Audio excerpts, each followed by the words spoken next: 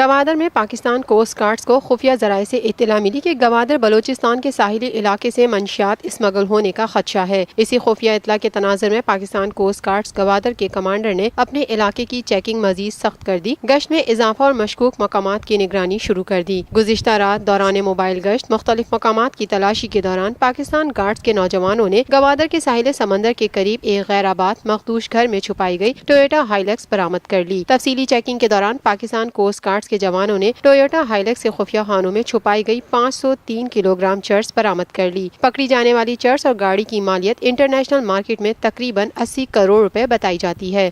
منشیات اور گاڑی کو پاکستان کوسٹ گارڈز نے اپنی تحویل میں لے لیا ہے اور مزید قانونی کارروائی جاری ہے۔